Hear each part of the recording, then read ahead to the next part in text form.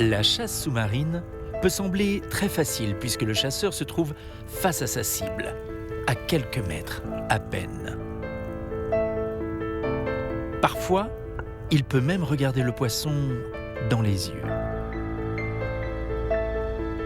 En réalité, la chasse sous-marine sur la Côte d'Azur est réputée pour être l'une des plus difficiles. Elle requiert une combinaison de connaissances, d'instinct et de pratique.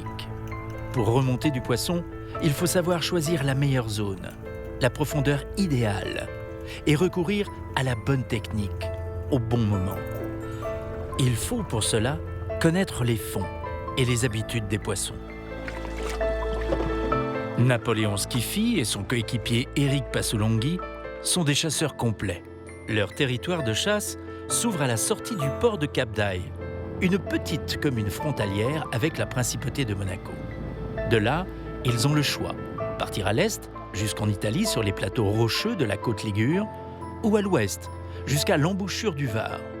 Entre ces deux extrémités, des centaines de roches qu'ils ont prospectées, analysées et mémorisées.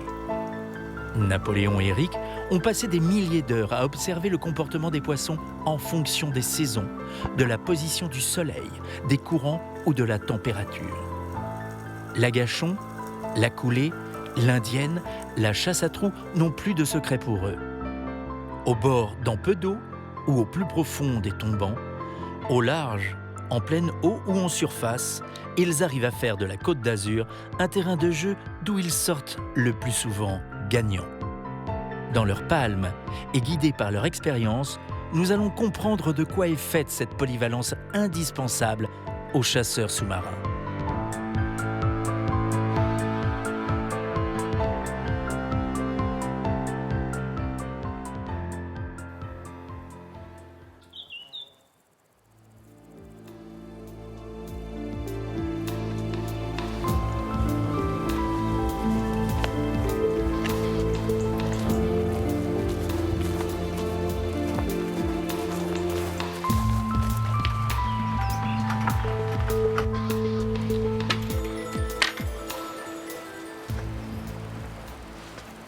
Alors, je m'appelle Napoléon Schiffi. J'habite à Menton, sur les hauteurs de Menton, à proximité du village de Sainte-Agnès. J'ai choisi un peu ce village parce qu'il est perché dans la montagne et ça me permet de pouvoir un peu m'évader le week-end avec ma famille et me ressourcer loin du cohue de Monaco et de l'urbanisation extrême que peut rencontrer la Côte d'Azur. Alors il faut savoir que moi je suis chasseur sous-marin depuis l'âge de mes 21 ans, mais j'étais chasseur terrestre depuis tout petit, hein, donc toujours ici à Menton, hein, je suis originaire de Menton, donc je suis né ici, bien que mes origines soient corse et italiennes, je reste azuréen avant tout puisque j'ai vécu toute ma vie ici. La Côte d'Azur, c'est une zone qui est magnifique, qui nous permet de faire énormément de choses, dont la chasse sous-marine. Et la chasse sous-marine, hélas, c'est devenu quelque chose de très compliqué sur la Côte d'Azur, puisque aujourd'hui, on a de nombreuses contraintes, aussi bien des contraintes écologiques avec la création de nouvelles réserves, la création de parcs naturels, mais également, tout simplement, le fait qu'il y ait de nombreux événements comme le Grand Prix de Formule 1 de Monaco, le Yacht Show, et j'en passe, hein, le Festival de Cannes, et j'en passe. En plus de ça, on a, comme son nom l'indique, les Alpes-Maritimes, c'est les Alpes qui se jettent dans la mer, donc ce qui implique de suite des profondeurs très importantes, donc un plateau rocheux qui est très fin, donc une zone de pêche qui est restreinte par rapport à ça. On n'a pas de plateau au large, on a seulement la bande littorale, ce qui nous restreint énormément en zone de pêche, surtout dans l'est du département, là où j'habite. Ce qui crée plusieurs sujets, c'est qu'on doit partager cette petite bande avec de nombreux chasseurs et de nombreux plaisanciers, aussi bien à la canne mais les touristes, les baigneurs, etc., etc. Le problème que ça cause, bien entendu, c'est que le poisson est très vite dérangé et déjà qu'il y en a très peu dans cette zone, le poisson a tendance à disparaître et à être de plus en plus rare.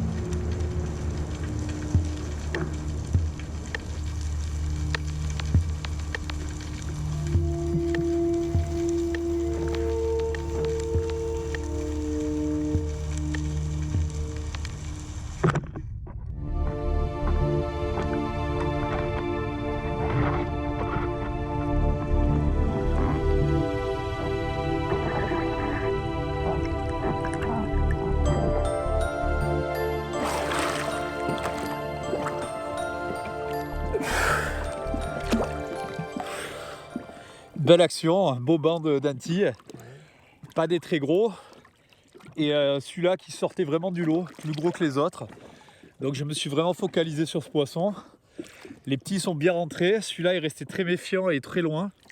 J'ai réussi à lâcher une flèche un peu loin, hélas, ça fait que je l'ai pris un peu bas. Donc j'ai dû ouvrir le moulinet, le poisson est rentré à trous, et il a fallu que fallu redescendre pour le doubler. Voilà. Ils sont sortis à la queue leu, un derrière l'autre, et j'ai vu qu'il y en avait un qui était plus gros. Bon, j'étais pas placé pour les faire. Donc du coup, j'ai passé l'info à Napo et lui, il a pas raté.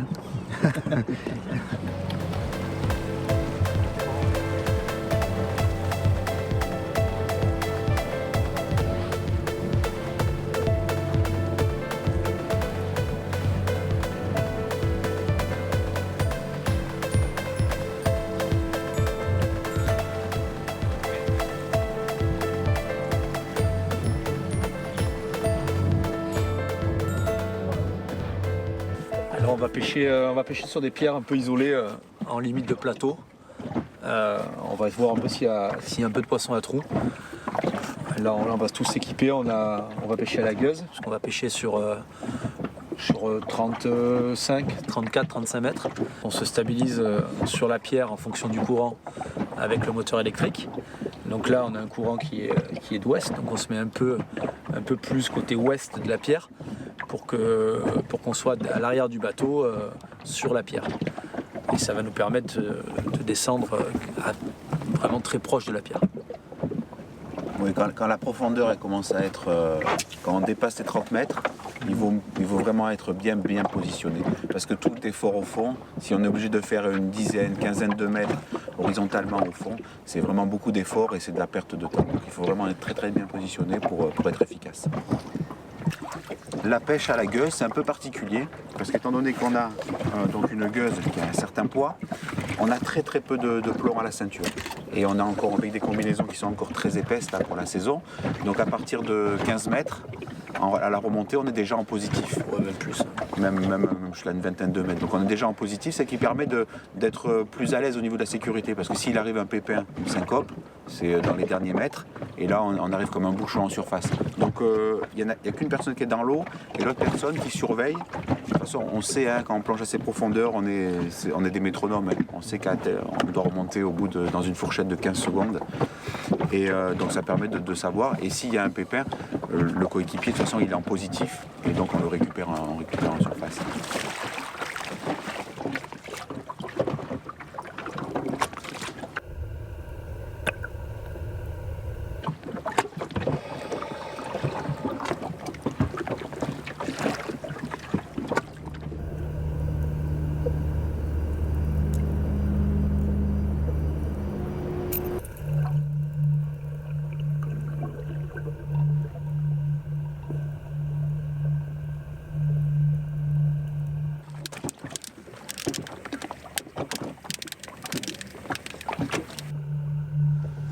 Sur 35 mètres, sur une pierre qu'on connaît, posée sur un tombant, enfin sur le tombant, sur un côté de la pierre.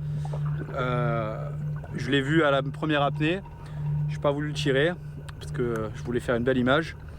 Donc on est redescendu avec Eric pour qu'on puisse filmer ce poisson magnifique. Et je le tire, par contre il s'est bloqué à la remontée dans un trou et j'ai eu un peu de mal à le sortir. Donc j'ai pas mal forcé sur le fond. J'ai réussi à le sortir et voilà, un poisson magnifique, poisson de plus de 2 kilos.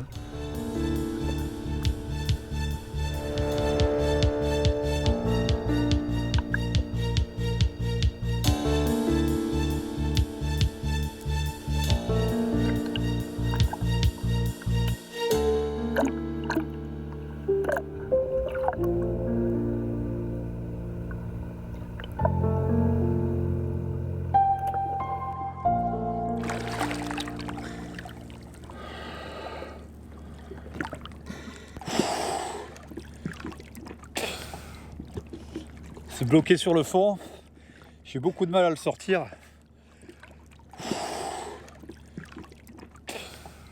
Des gros comme ça, c'est pas tous les jours.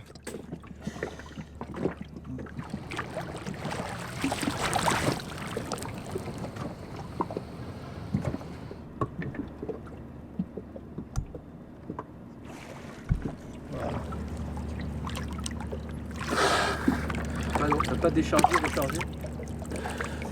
Il y en a un, il fait 1,5 fois celui-là en bas. Gros comme celui-là alors. Ah, peut-être. Un peu plus petit, peut-être.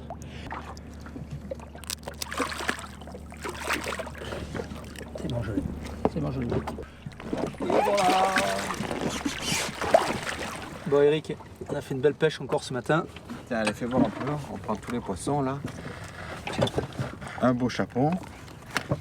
Tiens, regarde celui-là comme il est beau. Là c'est une merveille. Tu vois qu'on a bien fait de prospecter.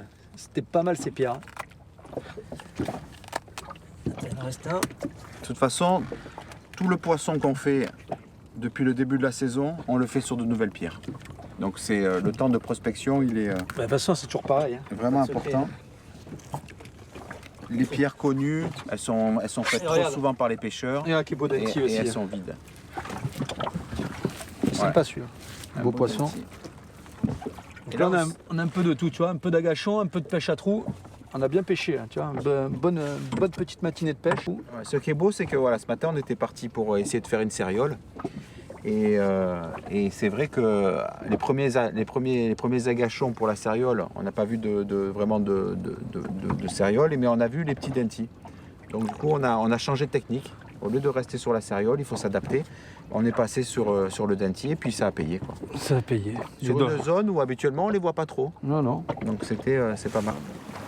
Pour faire simple, une sortie qui va faire 6 heures, on va faire 3 à 4 heures de pêche maximum et à minima 2 à 3 heures de prospection. Donc on va dire presque 50% de notre temps est consacré à la prospection.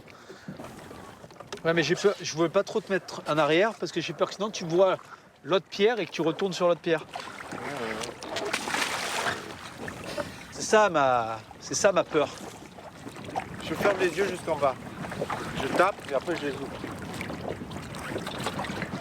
Pour faire ça, effectivement, il faut qu'on cherche de plus en plus profond parce que tout ce qui est côtier est connu, reconnu et c'est souvent les zones qui se font transformer en réserve. Donc nous, aujourd'hui, on prospecte énormément entre 30 et 45 mètres. Voilà. Donc c'est vraiment notre zone et notre avenir parce que je pense que d'ici peu, à la vitesse à laquelle ça va, on sera forcé de pêcher profond. C'est ça, ou alors aller pêcher de plus en plus loin dans le département. Donc c'est pour ça aujourd'hui qu'on prend beaucoup de temps et de soin à prospecter les zones. On essaye de trouver une faille, une pierre qui tient un peu de poisson, ou alors une zone qui tient la mange, qui peut être bonne en une période ou en début de saison ou en fin de saison, ça dépend les périodes. Donc tout ça nous permet d'avoir plein de petits points. Alors on ne fait pas forcément un poisson sur chaque point. Ça nous permet de ne pas retourner régulièrement sur les mêmes pierres, donc de ne pas mettre une pression de pêche sur une pierre trop importante. C'est-à-dire qu'il y a des pierres, on va les visiter 3 fois dans l'année, pas plus. Donc c'est ça qui nous permet d'éviter de mettre trop de pression sur ces zones-là parce qu'on vient les appauvrir. Il faut arrêter de croire qu'on trouve des montagnes sous la mer, hein, parce que sinon elles seraient connues. Hein.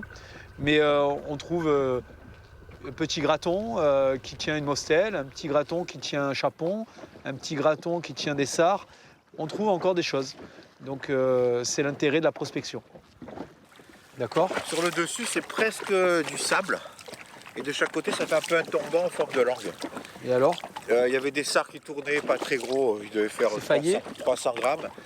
Et j'ai pas pu la faire, mais de ce côté-là, on dirait qu'il y avait une petite grotte. Et donc après, j'ai descendu la langue. Avant d'arriver jusqu'au bout, je suis passé par-dessus. Et de l'autre côté, j'ai vu, il y avait une sorte de, peut-être une grotte. Qu'est-ce que je fais ? Je monte un peu, tu es sorti un peu plus haut. On est pas mal positionné, hein, parce que moi je suis descendu à la verticale, je suis tombé à l'arrière de la langue. Ouais. Je prends le point là alors. Je prends ici le point. Ouais, bien.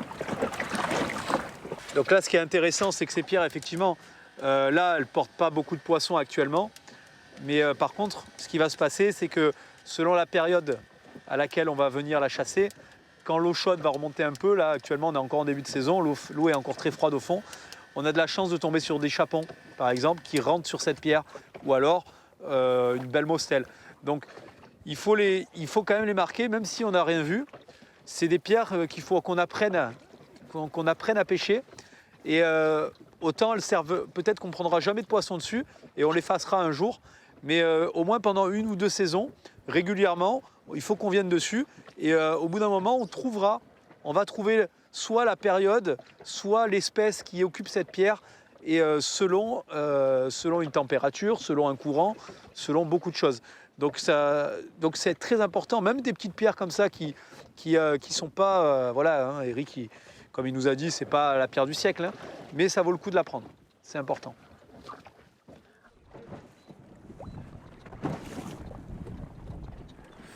Ça me rend fou ça.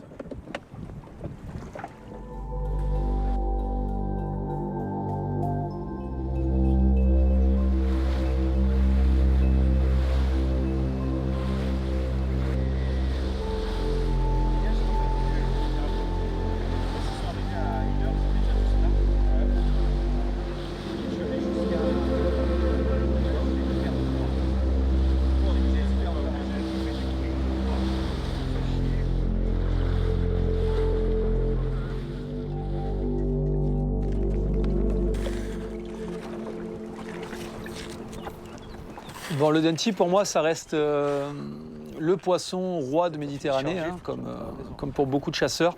C'est mon Graal. Hein. Moi, ce qui me fait me lever le matin, c'est le denti. Hein.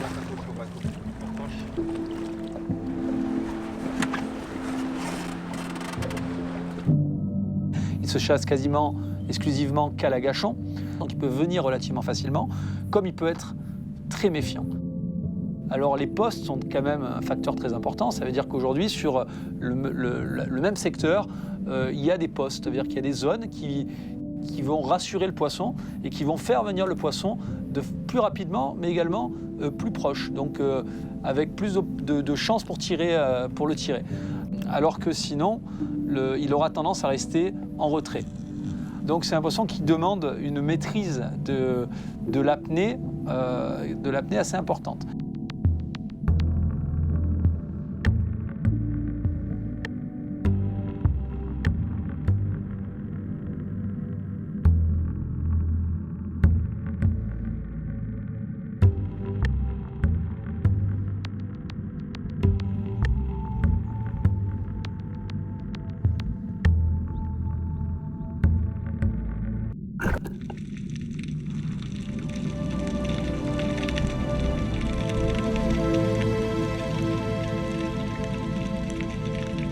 Les autres, ils étaient plus beaux. Hein. Il y en avait 4. On va se déplacer sur les blocs. Peut-être que les gros sont descendus sur les blocs. Un peu plus loin. On va faire une apnée 20 mètres un peu plus loin. Et j'ai pu tirer que celui-là. C'est le seul qui est rentré vraiment à tir. Après, j'ai compris que les autres, ils rentraient pas. Ils étaient nerveux, ils sont partis. Ouais. Après, il faut retenter une. C'est beau. Hein. Ah, on en fait une ici. Ouais. Je pense ou on décale directement. À mon avis, refaisant une ici. J'y ai cru là au départ quand ils sont arrivés, j'ai dit je vais tirer les gros là. Et après, tu pars là. Normalement, quand tu tires un poisson, on remonte tout de suite, rapidement. Et là, tu es remonté comme si tu n'avais rien fait, tu vois. Tu l'as un peu tiré à bout d'apnée, non? Je fais 2,15 sur 21 mètres. Pour le constant, comme tu l'as 8 encore. Un beau poisson de 2 kilos quoi. C'est un poisson qu'on va rencontrer plusieurs fois dans la saison. Une première fois en tout début de saison, c'est la période où on va dire, entre guillemets, c'est la période où il frais. C'est là où on va le rencontrer le moins profond. On peut le rencontrer jusque dans les 12-15 mètres. Rarement au-dessus chez nous, en tout cas, après dans certains endroits plus hauts, mais en tout cas dans le 0,6, on va rarement le rencontrer au-dessus de 12-15 mètres, en tout cas les beaux individus. Hein. Et ensuite, ce poisson va disparaître à la fin du frais. Et on va le voir réapparaître quand les eaux froides vont se réchauffer. Et une fois qu'elle va atteindre les 18-19 degrés, on va avoir l'apparition, le retour des dentilles. Donc on va dire plutôt début août, mi-août, jusqu'à la fin de la saison. C'est des périodes où on va les chasser plus profond, voire très profond. En fin de saison, on commence à voir que les poissons sont de plus en plus méfiants et les bancs de plus en plus petits. Et on s'aperçoit que sur une grosse saison, quand on arrive à prélever une trentaine de dentilles chez nous, c'est déjà énorme.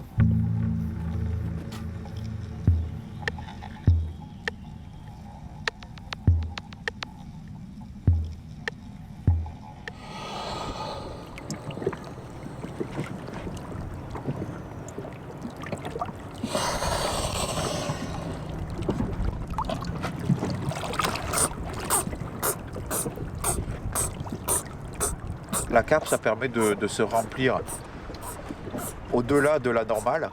C'est bon. Mais et c'est une gêne qui est très momentanée parce que c'est juste au moment juste en surface. Parce que dès qu'on fait le canard, dès qu'il y a la pression de l'eau qui va dès les premiers mètres, cette pression va réduire le volume de nos poumons et on va se sentir bien. Il faut bien penser à la remontée, à se vider avant d'arriver en surface. Comme ça évite de se remettre un peu en surpression. Mais sinon, ça aide bien. Hein. Ça permet d'être à l'aise, ça permet d'envoyer de l'air dans le masque. Et moi, plus je prends d'air, plus j'arrive à compenser facilement.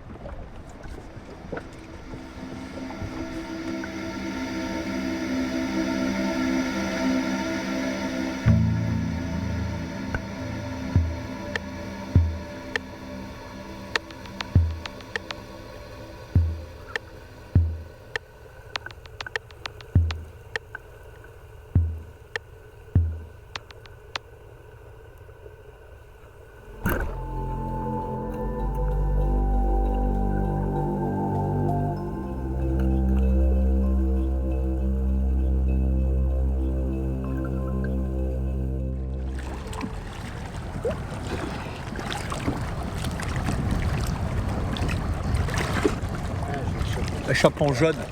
Ils sont beaux les jaunes. J'aime bien, c'est rare. On n'en fait pas beaucoup.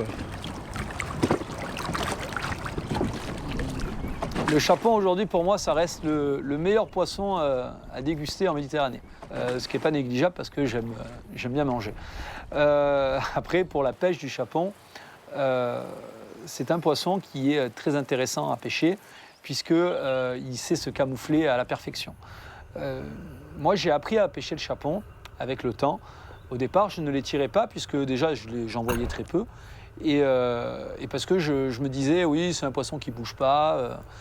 Et après, j'ai appris à pêcher ce poisson parce que j'ai appris qu'il y avait des saisons où il remontait. On va dire début d'été, c'est la période où le chapon remonte sur des fonds moins hauts. Il vient se coller à la thermocline. Donc, il va venir se mettre entre l'eau chaude et l'eau froide en limite. Des fois, on va le trouver dans l'eau froide juste en dessous ou dans l'eau chaude juste au-dessus. C'est un poisson qui, comme je le disais, se camoufle à la perfection. Donc il y a cet enjeu de de devoir énormément palmer au fond. Donc c'est un poisson qui n'est pas facile à pêcher parce qu'il demande des fois de grandes distances sur des profondeurs importantes pour réussir à le débusquer, à mettre les yeux dessus. Et donc c'est des apnées qui sont très éprouvantes physiquement, puisque c'est des apnées qui amènent beaucoup d'acide dans les jambes. Et après, le tir en lui-même n'est pas très compliqué. Hein, c'est un tir qui demande juste à tirer dans une partie dure du poisson, bien que faire attention de ne pas enraguer la flèche, hein, comme pour tous les poissons, on va dire, à trous. Le plus dur reste quand même de débusquer le poisson et de trouver ce poisson-là.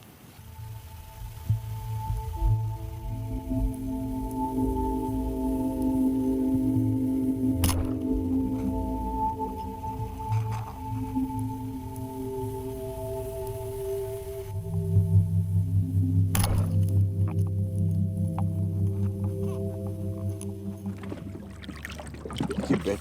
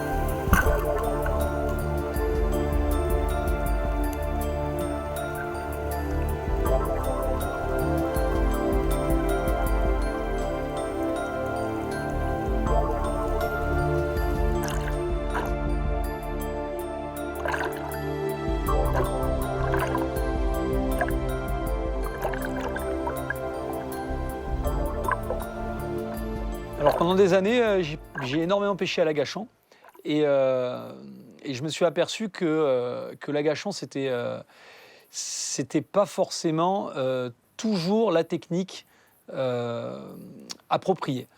Donc personnellement, j'avais du mal à faire une sortie entière à l'agachon, puisque à partir de certaines heures, les poissons nagent beaucoup moins et ils sont plutôt retranchés dans leur trou ou dans leur faille. En tout cas, on les voit moins, on les voit moins. Ou en tout cas, les espèces prédatrices, elles, sont moins actives.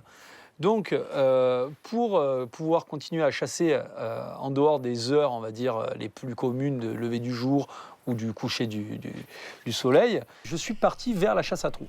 La chasse à trous, c'est devenu un peu une passion également. Hein. C'est devenu vraiment une technique que j'affectionne énormément. On peut pêcher à trous sur toutes les profondeurs, donc c'est quelque chose qui peut se pratiquer un peu de partout. Quoi qu'il en soit, il y a quasiment tout le temps des pierres, tout le temps des failles à faire sur n'importe quel terrain, à n'importe quel endroit du monde où je suis allé, j'ai pu pêcher à trous. Donc c'est très intéressant. Pour pêcher à trous, le mieux c'est d'avoir un fusil relativement petit et qui nous permet donc de rentrer le fusil à l'intérieur de la pierre ou de la rague. Bien que, en majorité des cas, le poisson se trouve devant le trou, souvent sur une tache de sable ou sur une pierre. Et c'est lors de la prospection, lorsque l'on descend pour contrôler la pierre, qu'on voit rentrer le poisson. Et c'est à ce moment-là où on se présente pour tirer le poisson. Le gros avantage de la pêche à trous, c'est que ça nous permet de toucher d'autres espèces, de chasser d'autres espèces. Des espèces sont très intéressantes comme le sard, comme le chapon, moi j'adore le chapon, et la mostelle. Ça nous permet de pêcher toute la journée et de pouvoir prendre du poisson du matin jusqu'au soir. T'as vu la langouste, Eric? Non, j'ai pas vu. Elle est belle ou pas?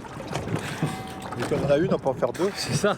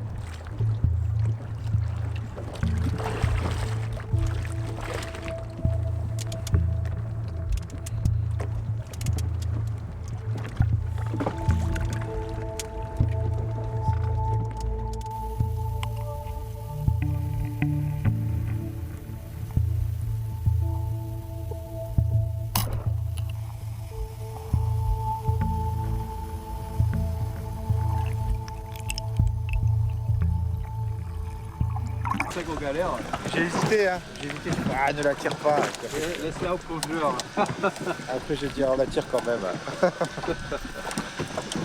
Elle est vraiment pas grosse. Sur la Côte d'Azur, j'ai rarement rencontré des mostelles au-dessus de 17-15 mètres d'eau. Donc je sais que dans certains endroits, comme en Corse, on peut en trouver dans 2, 3, 5 mètres d'eau, ce qui est assez étonnant pour moi, azuréen. Mais pour nous, ça reste un poisson qui est un poisson profond, voire très profond. Donc j'ai tendance à pêcher la mostelle profond, on va dire à plus de 20 mètres. C'est un poisson qui est très intéressant également à pêcher, puisqu'elle se cache très souvent dans des petites failles, donc, ou alors dans des pierres, mais des pierres qui remontent avec un fond de sable.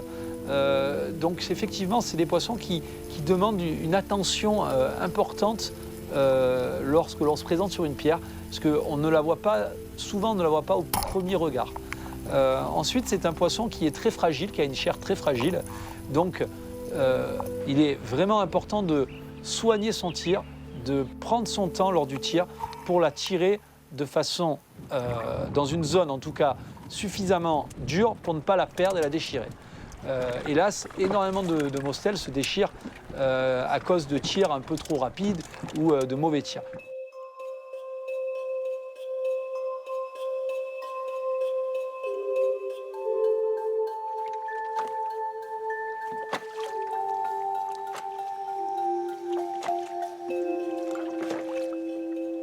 Là, quand il est au fond, quand il y a le plomb qui est au fond, je surveille le sondeur. Et au sondeur, je vais le voir redécoller du fond. Donc dès qu'il décolle du fond, je remonte déjà le plomb, ça fait gagner un peu de temps. Et donc ça permet aussi sa moyenne de surveillance. S'il reste, après s'il a navigué un peu au fond, des fois le sondeur ne le capte pas. Et pour l'instant, pas de nouvelles. Ah ben là, tu vois, il était plus loin. Il était beaucoup plus loin du coup, le sondeur. Il a l'air d'être calme. C'est la dernière apnée, Brick. Je tirais un sard. Ouais, c'était la dernière apnée, j'ai dit allez. Joli sard.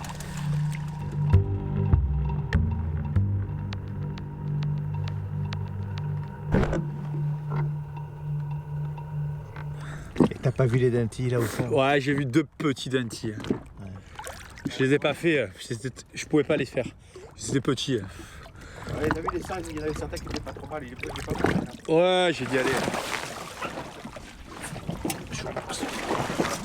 Ça fait combien d'apnée? J'ai l'impression que t'es resté plus longtemps. Je fais 2,30. Hein? 2,30 sur 30 mètres. Ah, j'ai bien attendu, tu vois, je voulais être sûr. J'avais un peu de sable devant moi, j'ai dit des fois qu'il y a 2 poissons qui traversent le sable, mais bon. À part le tout petit dentier, et puis je te dis.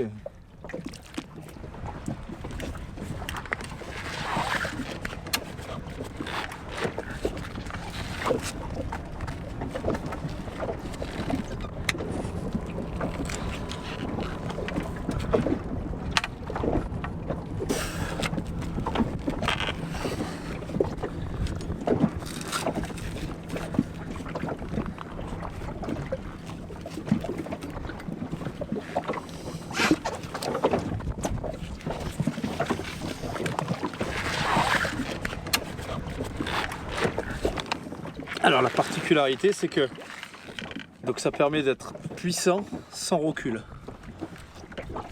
En gros, la puissance qui pousse, c'est la même que la puissance qui recule. Donc au final, ça annule les puissances, ce qui fait que le recul est moindre. Par contre, c'est dur à charger, surtout des gros fusils comme ça. C'est quelle longueur ce fusil? Ça, c'est un fusil qui fait 115 cm. C'est un Alemanni. C'est aujourd'hui partie des très bons fusils de chasse pour la chasse assez profonde. Qui permet d'avoir de la puissance même au fond.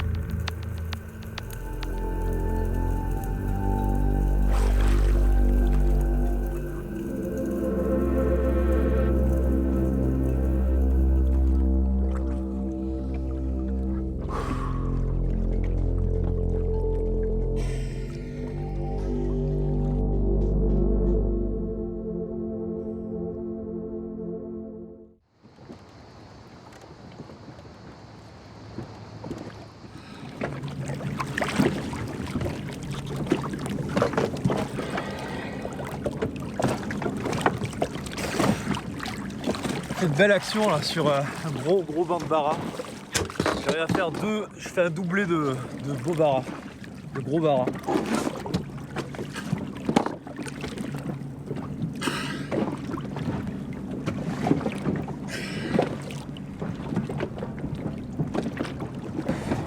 Il y avait donc une grosse boule de bara, peut-être en 150, 100 bara, allez, posée au fond. Le banc arrive, il est un peu au-dessus parce que l'eau est un peu froide au fond, il y a une thermo qui commence à se former, donc le poisson plutôt en surface. Ça m'oblige à décoller du fond légèrement et le banc s'éclate et il m'entoure. Donc je suis au plein milieu du banc de bara, ce qui me laisse le temps de vraiment prendre mon temps pour bien viser et essayer de faire un doublé. Et je fais un doublé effectivement je fais un joli doublé avec 2 beaux baras. 2 beaux baras dans les 5 kg l'un à peu près, 4-5 kg. Voilà. Et on finit avec Eric finit avec un troisième bara qu'on fait dans la foulée. Ça fait toujours plaisir. Même si c'est du poisson qui est relativement facile quand il est en banc comme ça, moi ça fait toujours plaisir un poisson qui fait 5 kg. On n'a pas c'est pas tous les jours qu'on fait des poissons de 5 kg. Donc c'est sympa.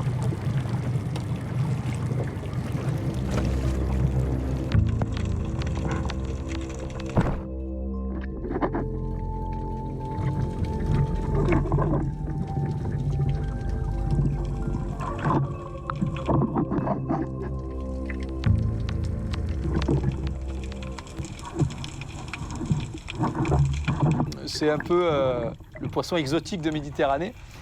Beaucoup de gens aiment chasser le barracuda.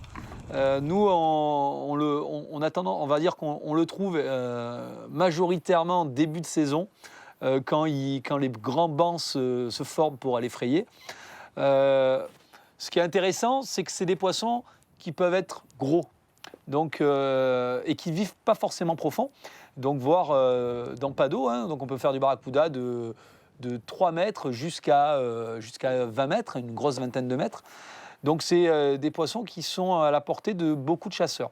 Et des poissons qui deviennent gros. On peut faire des barracudas, la bécune, hein, parce qu'on appelle barracuda, mais il faut savoir que l'espèce qu'on rencontre en Méditerranée, c'est la bécune. Donc cette bécune-là, en tout cas cette espèce-là, on a du mal à la trouver au-dessus de 10 kilos sur nos côtes. Alors je ne dis pas qu'il n'y a pas quelques exceptions, mais en général, les plus gros, la majorité, c'est des poissons de 6 à 8 kilos. Voilà. C'est un poisson qu'on pêche quasiment qu'à l'agachon, même si à la coulée, de temps en temps, on arrive à en faire. Mais c'est un poisson qu'on va faire à l'agachon. Et c'est un poisson qui nous permet d'avoir des belles sensations. Parce qu'il a un départ relativement puissant, donc souvent, ça fait siffler un peu le moulinet. C'est un poisson qui a des grosses dents, une tête un peu méchante, qui vient à l'agachon. Donc c'est un poisson qui est assez plaisant à chasser. Après, c'est un poisson qui est pour moi un peu le sauveur des autres poissons. Parce que souvent, il arrive avant les autres. Et souvent, le chasseur a tendance à tirer le barracuda et à ne jamais voir la céréole ou le denti qui arrive derrière.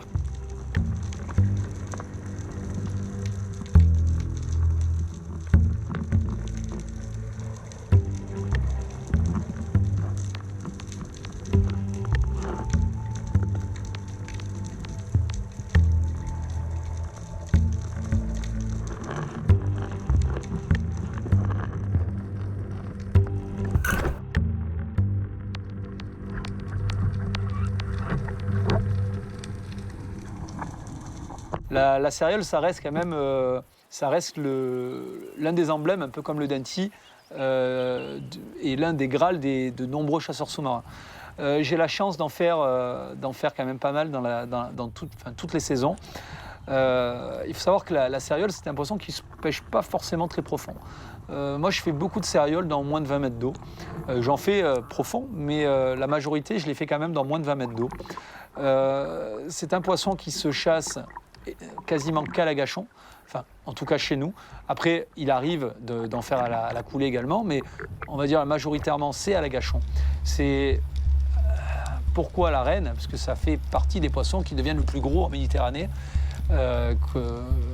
qui qui peuvent aller jusqu'à plus de 40 kg, voire 50, 60, 70 kg. Mais bon, chez nous en Méditerranée, en tout cas dans le département du 06, des poissons de plus de 45, j'en ai rarement vu. Moi, mon record, c'est 42 kg. J'ai dû en voir une plus grosse, mais c'est vraiment exceptionnel.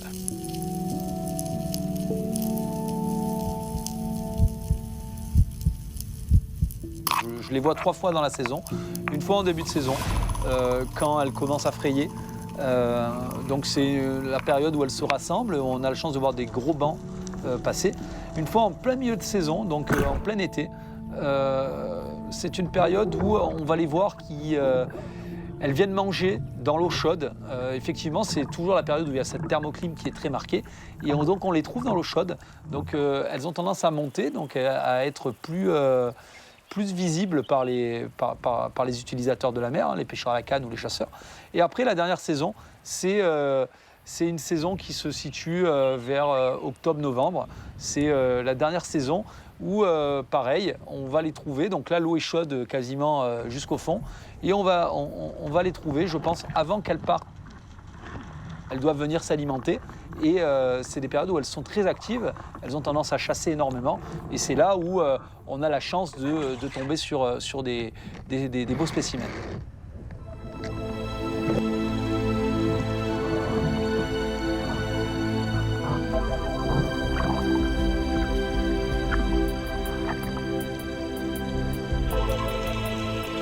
On fait souvent l'amalgame, céréole, limon.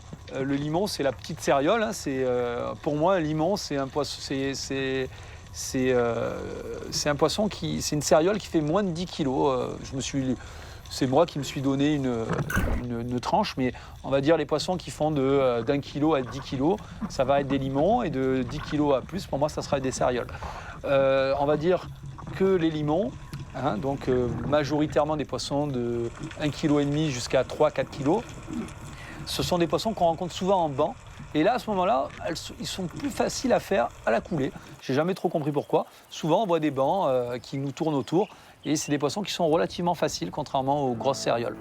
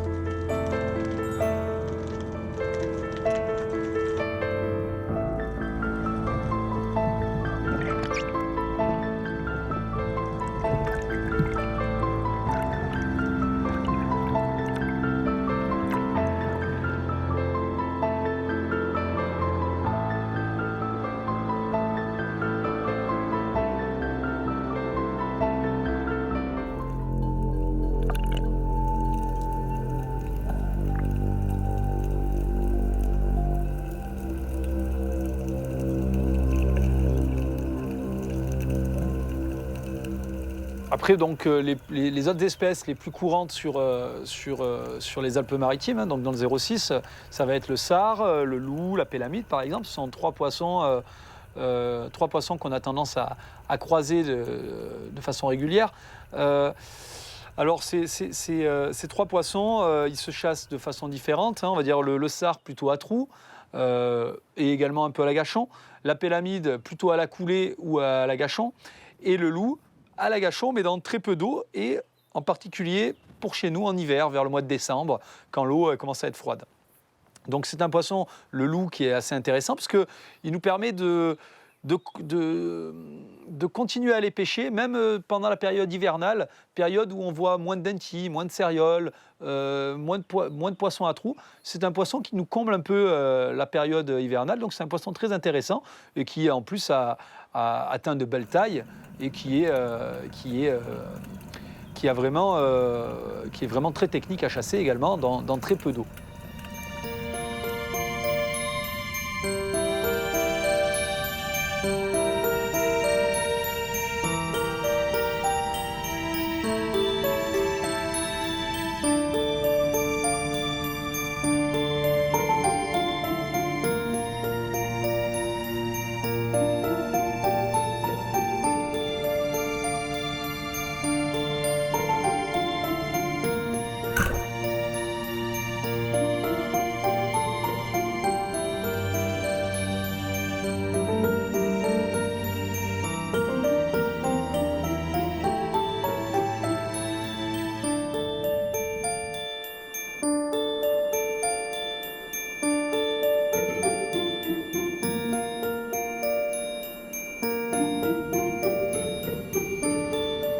Pour la pélamide, c'est un poisson pélagique.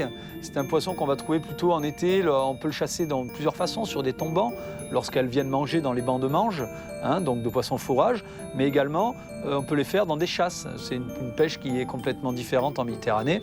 On se jette dans des chasses de pélamide et on a les bancs qui chassent donc les petites anchois. Et c'est des poissons qu'on peut faire à l'araignée, donc qu'on descend, on se pose, on se met à l'agachon, on va dire, dans une dizaine de mètres dans le bleu, et le poisson s'approche de nous et on peut le flécher.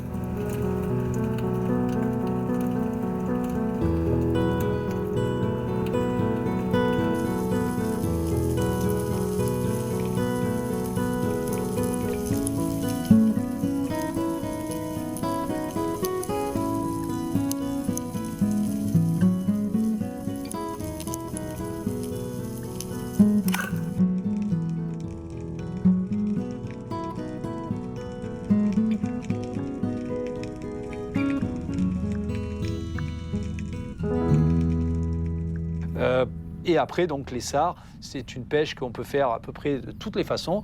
On peut les faire à l'indienne dans les digues, par exemple, mais à trous sur des pierres plus ou moins profondes. Et également dans les herbiers, on peut les faire à l'agachon.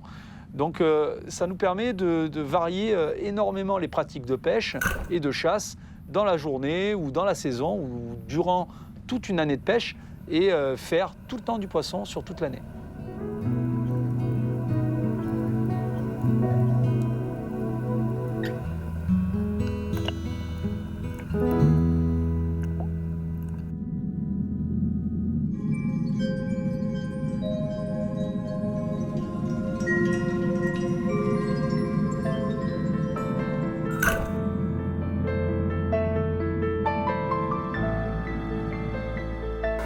Pas chaque année, on en tire pas chaque sortie, mais pas chaque année, peut-être tous les 4-5 ans et encore. Peut-être que c'est le dernier.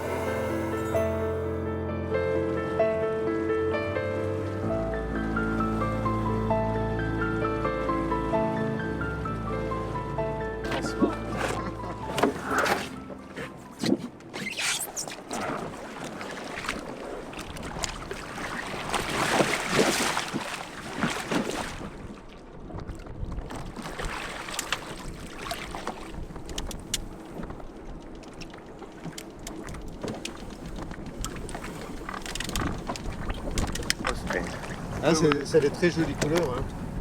On va se régaler, ouais. Lasagne. Faut la manger crue. Hein. Ouais. Crue en carpaccio, des petits dés ou des petites tranches fines. Juste citron, un peu de gros sel, quelques graines de sésame. Et c'est tout. Des fois un peu d'huile d'olive. On va dire le plus simple possible. Mais cru, c'est fabuleux. En plus, c'est marrant, ça a des couleurs. Là, la chair, elle sera verte. Alors, ça fait toujours un peu son effet dans une assiette. Et c'est super bon à manger.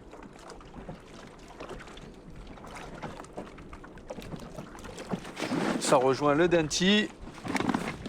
Danti, Chapon, Mostel. Allez, je vais descendre. Je vais descendre.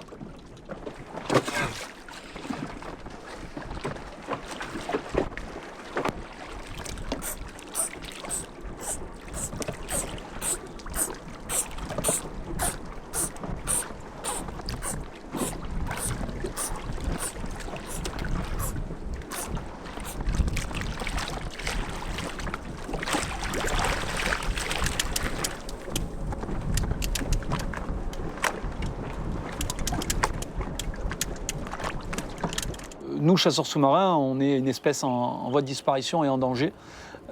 Clairement, la pratique est menacée. Pas forcément par des personnes, hein, mais par le temps, par la société. Hein, une société qui aujourd'hui a de plus en plus de mal à accepter le mot chasse, hein, pas seulement la chasse sous-marine, mais le mot chasse. Pour nous défendre, il existe des clubs, il existe des fédérations. Il est important de se fédérer. Hein, si se fédérer, aujourd'hui, c'est survivre. La fédération nous permettra de continuer à aller pêcher et nous permettra que nos enfants puissent un jour pratiquer notre passion. Ce qui me plaît énormément dans la chasse sous-marine, c'est que forcément on est acteur privilégié de la faune marine. Moi, je sais qu'aujourd'hui, j'arrive à croiser régulièrement, même si on est dans les Alpes-Maritimes et que c'est très urbanisé, on arrive à croiser des dauphins, des baleines, des poissons-lunes, des diables de mer. Donc tous ces poissons-là nous ouvrent un horizon et nous montrent la beauté de la Méditerranée. Bien qu'on soit chasseur, il faut continuer à s'émerveiller de pouvoir le voir, ce qui est déjà exceptionnel.